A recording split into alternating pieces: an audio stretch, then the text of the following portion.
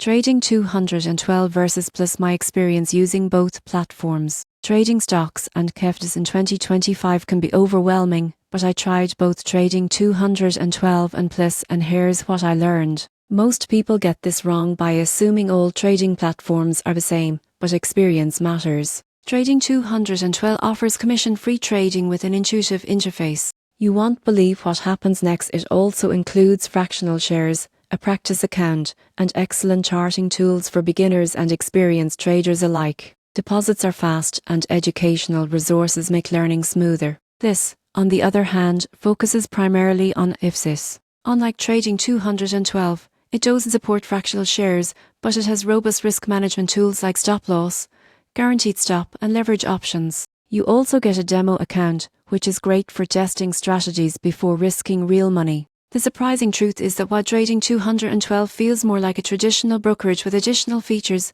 this is better for short-term trading and leverage positions. Fees, spreads, and user interface can make a big difference depending on your style. In my experience, if you're looking for long-term investing and easy access to stocks, Trading 212 is ideal. If you're more into active KEFT trading and managing risk with advanced tools, plus shines. Ultimately, the best platform depends on your trading goals, risk tolerance, and preferred asset types.